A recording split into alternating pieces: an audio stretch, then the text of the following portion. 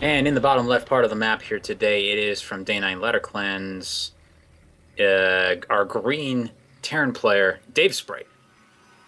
Sporting that lovely Excelsior logo. Trying to remember who made that. I think it was Zerethiel. Might actually be the 100% certain. Gotta double check though. It's on like half the Day 9 stuff. In the top right, also from the same from a clan with the same logo, not the exact same clan, however. It is Day J Clan's Omee, or Pink Zerg to the top right.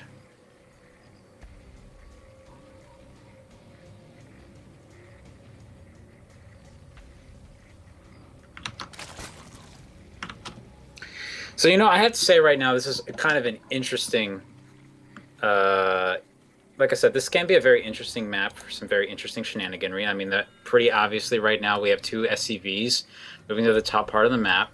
This is not something that generally tends to happen, so this is either a horrible error or he's about to start two barracks.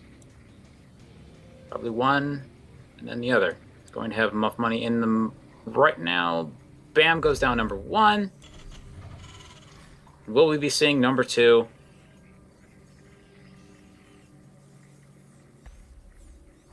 Yep, looks like it here. It's moving the SCV around everything. Yep. Okay, so this is, like I said, this is an appropriate map for this kind of thing. It's just a lot of places to hide them, and the defending player really has to go out of their way to scout this stuff. It's not, you're never really going to see any of it on the initial scouting pathway, which just goes through the straightest middle part of the map. It's a small map. Hiding anything past the like midway point where the zone lock watchtowers are is going to be, you're still going to be close enough to get a lot of damage done. So this is just, basically this is a map where if you want to play macro, you got to play real safe. So a bit for Zergs, that would mean maybe grabbing the spawning pool a little quicker here. And we can see that rather than the hatchery, we can see that Omee has not done that. So at the very least, this location is going to be pretty vulnerable to this. More than likely, he'll bring it up into the main, try to do damage to the economy, since that's the edge that Omee's been trying to go for here. Anyway, there's the bunker starting right under the Overlord. There's actually basically nothing to defend against this. So right now we have the one Marine in position. They're going to try and go after the SCV. It's actually the real key thing here is to stop the SCV from building this. Most of the workers actually going after the Marine. Will he get the SCV? Does kill the SCV, but a second one is now in play. Looks like he wants to wait for the drones to get scared off, but here comes the second SCV, and it's going to continue the bunker. Once this gets up, this location becomes very, very, very difficult to damage. If he can kill this Overlord at the same time, he's really going to limit Omee's production. And bam, down it goes. That's pretty rough. Unfortunately, Omee has basically no ability to build additional Zerglings. He can only build an additional drone at this point. He can put up a spine crawler. He's going to probably want to focus on spine crawlers for the defense here, and this basically means he's going to lose this location almost no matter what. So another two more bunkers actually coming down already. He's going to be able to form a choke point right there. He's getting started with the attack. Bunker off to the far left is going to be able to cover for this. He's going to be able to jump right into that. Kills off one drone just as it leaves. And let's see what he wants to do to defend this. So far, building second queen. Starting to pick up gas again. So it looks like Omee wants to switch into some type of tech. The question will be what. This is not, this is by no means game over, but this is a very, very rough position to be in. Pretty much Omee needs a combination of tricking his opponent with a specific type of tech and for DaveSprite to make a serious area. You'll notice on the back of this, DaveSprite's getting a base of his own. So his goal here with this was just to get some damage done to limit the Zerg's economy and then shoot ahead in economy. You're not going to see him charge up the ramp most likely and try and break the Zerg. He might check up here just to see if there are any defenses at all, just to see if he can get the quick victory. Probably will be able to confirm, yeah, 3 spine crawlers are actually pretty intimidating. And then he will probably just back out back to the bunkers and may end up probably canceling this one since he has pretty much a full wall off now. And that pretty much is going to be the wall off for this base as well. More or less protects it, kind of an indirect fashion.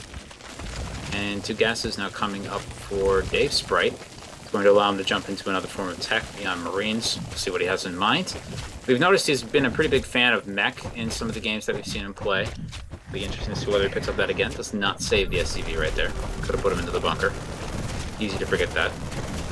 Trying to focus down the bunker is not going to make that happen. Here comes some more links out right now. They just back off and jump out to the next bunker. Unfortunately, that bunker being kind of out of range. He's going to lose this supply depot. DaveSprite is ready for that, though. It has more than enough back home to cover for it. No supply box here. Speed is just about to finish, as well as a macro hatchery halfway on the way. So it looks like Omee just kind of wants to break through this with blunt force. The thing is, this is the location for all of DaveSprite's army. Once Speed has finished, it is actually possible to just run past all of this and down into the vulnerable natural, which is why we can see DaveSprite's actually starting to pack up his stuff and go home, just because this is getting a little bit dangerous now. Still does have the one bunker here. This is going to be useful for... nope, he's just going to pack that up as well. I was going to say he could leave it there to serve as a warning mechanism for an incoming attack, but looks like he had that timed out pretty well. Things are going to check for the barracks, not going to find them. Will they get home in time, actually? Just by a little bit, I think. So this location should be fairly secure from DaveSprite, and he has basically a gigantic lead. A lead that one can only really dream about against Zerg, as our Zerg players pretty much forced in this position to take some kind of enormous risk. Either that's going to be a really, really large attack with a lot of lings, roaches, or it's going to be double expanding, but it's going to be pretty hard for him to catch up from here. Oh, almost had a moment there to actually slip into the base, but can't quite make that work. Wants to preserve his lings, though. Does have more options this way. There goes the natural.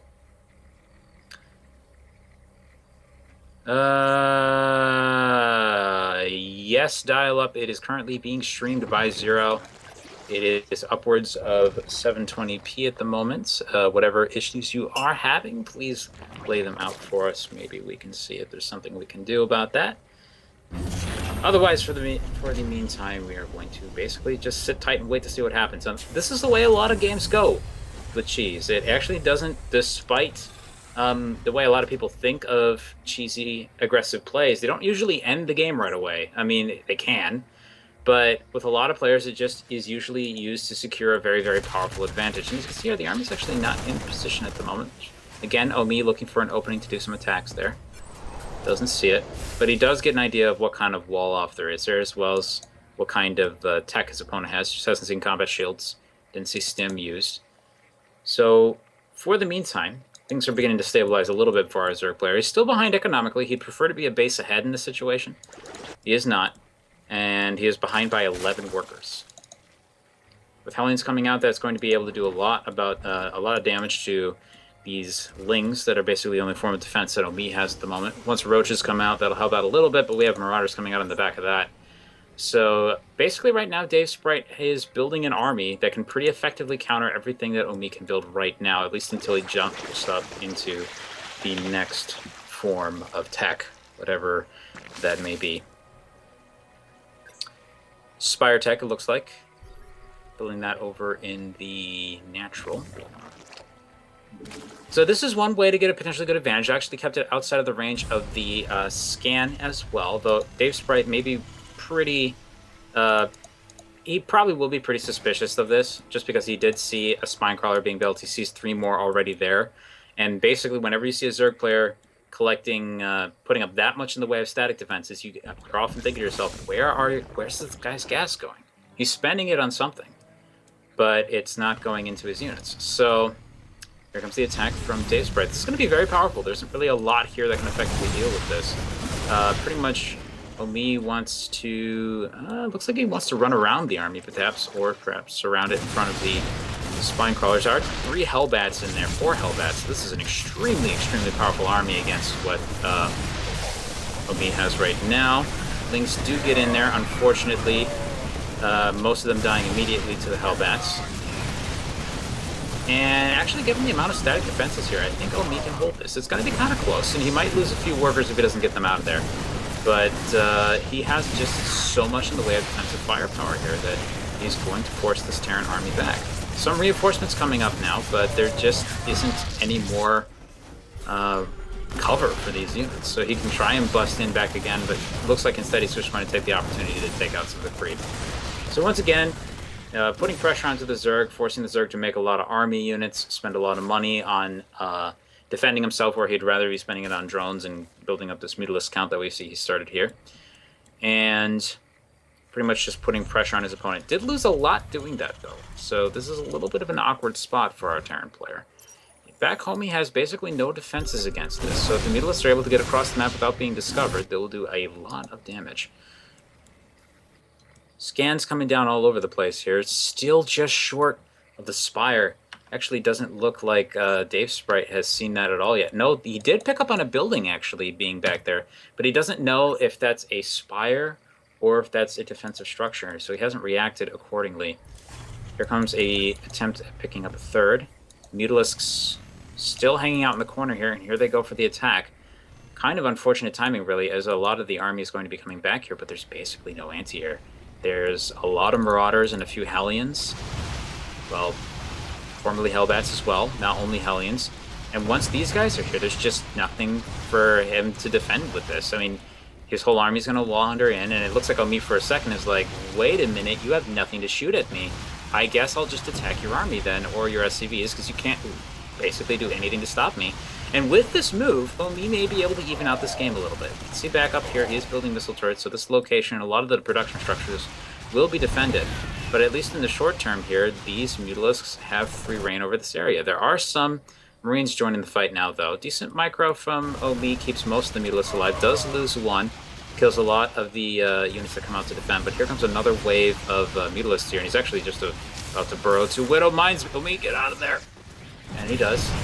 Wanders into a turret, unfortunately loses another Mutalisk. But basically for two Mutalisks, he's done a decent amount of damage, and he got the army completely out of position. Here come the Lings into the natural now, forcing a lift off of the barracks, doing a lot of damage down here. Actually really should lift off this command center as well. It's going to take far less damage in the air. There you go. Gets it up.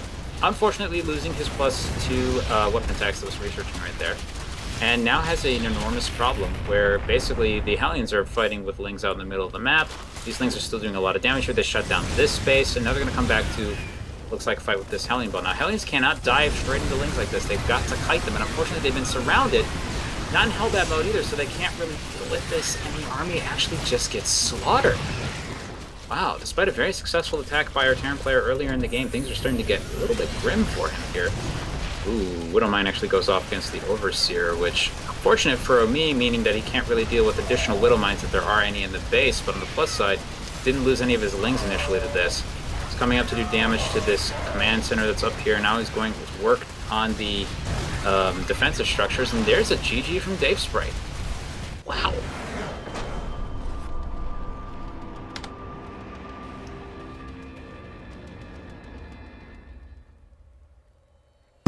Holy crap, hats off to Omee. That is a good comeback right there. That is not easy to achieve.